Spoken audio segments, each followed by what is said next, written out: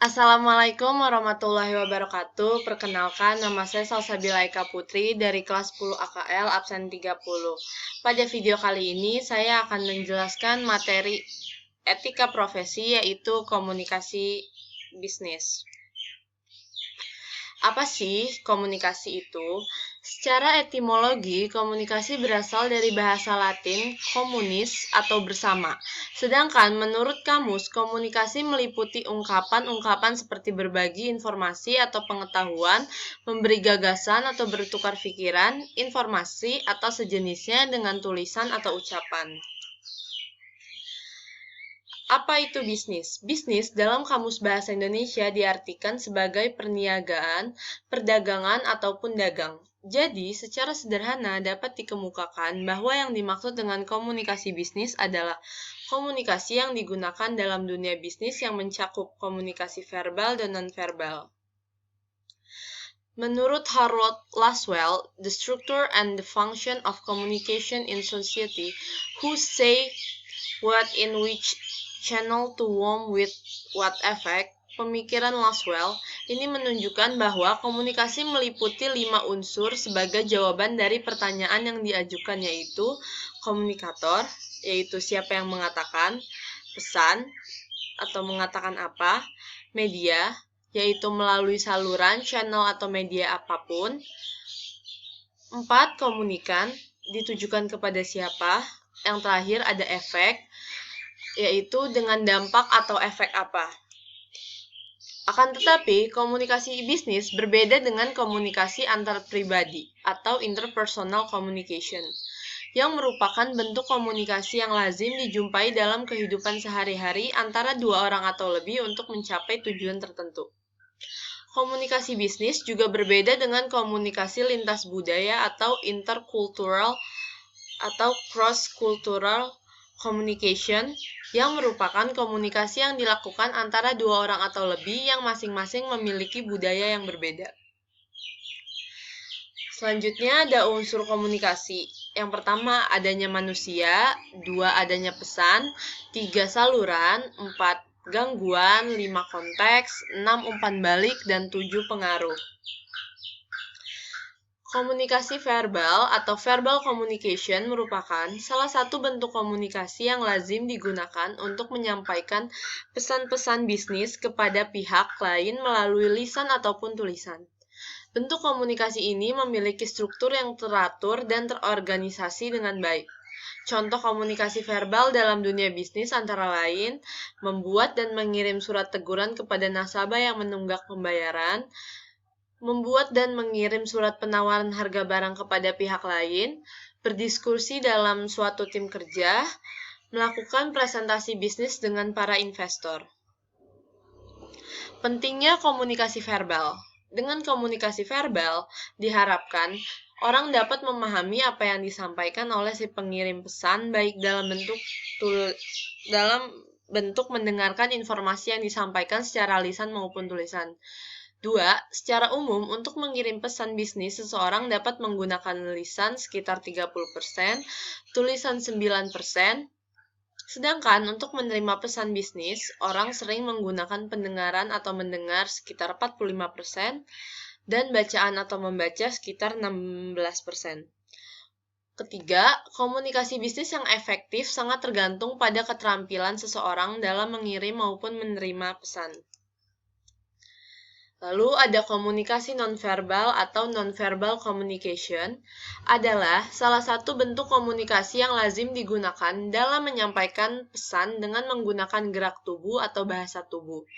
Berikut adalah contoh komunikasi nonverbal, itu ada menggeretakkan gigi menunjukkan kemarahan, mengerutkan dahi untuk menunjukkan seseorang sedang berpikir, menggelengkan kepala untuk menunjukkan sikap menolak atau keheranan. Terakhir, ada simbol dilarang merokok yang terpasang di ruangan untuk yang menunjukkan bahwa tamu dilarang merokok. Fungsi komunikasi verbal. 1. Meyakinkan apa yang diucapkan. 2. Menunjukkan perasaan yang tidak bisa diutarakan dengan kata-kata. 3. Menunjukkan jati diri sehingga orang lain bisa mengenalnya. 4. Menambah atau melengkapi ucapan-ucapan yang dirasa belum sempurna. Dalam berbagai studi, komunikasi nonverbal dikelompokkan dalam beberapa bentuk. Yang pertama ada kinesthesia, yaitu komunikasi verbal yang ditunjukkan dengan gerakan tubuh seperti emblems, illustrators, effect display, regulators, dan adaptory. Lalu ada agaze.